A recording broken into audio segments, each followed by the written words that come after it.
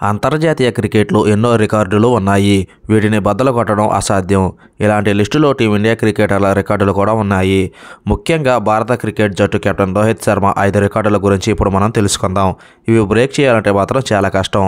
అవి అంటే ఇప్పుడు ఒకసారి చూద్దాం. నెంబర్ 1, వన్డేలో హైయెస్ట్ స్కోర్. 2014లో శ్రీలంకతో జరిగిన వన్డే మ్యాచ్లో ఎవరు ఊహించని రీతిలో రోహిత్ శర్మ అద్భుతమైన ఇన్నింగ్స్ ఆడాడు.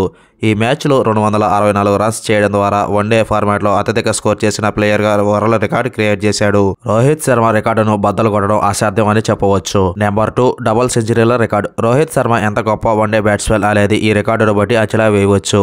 చాలా మంది బ్యాట్స్మెన్లు తమ మొత్తం వన్డే కెరీర్లో ఒక్క డబుల్ సెంచరీ కూడా సాధించలేకపోయారు. అయినప్పటికీ రోహిత్ శర్మ ఒక్కడే 3 డబుల్ సెంచరీలు సాధించాడు. రోహిత్ శర్మ 208, 209, 264 పరుగుల ఇన్నింగ్స్లు ఆడాడు. నెంబర్ 3, ఒకే వరల్డ్ కప్లో 5 సెంచరీలు.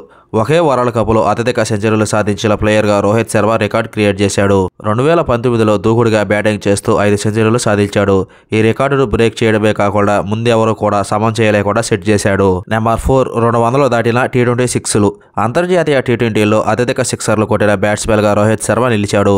టీ20 వరల్డ్ కప్ 2024 గెలిచిన తర్వాత ఈ ఫార్మాట్ నుంచి రిటైర్ అయిన ఈ వెటరన్ బ్యాట్స్మెన్ 205 సిక్సర్లు కొట్టాడు. ఇవి కాకుండా వరల్డ్ కప్ లో మరే ఇతర బ్యాట్స్మెన్ ఈ ఫార్మాట్ లో 200 సిక్సర్లు కూడా పూర్తి చేయలేకపోయారు. నెంబర్ 5, 600కు పైగా సిక్స్లు. అంతర్జాతీయ క్రికెట్ లో అత్యధిక సిక్సర్లు కొట్టిన బ్యాట్స్మెన్ గా రోహిత్ శర్మ నిలిచాడు.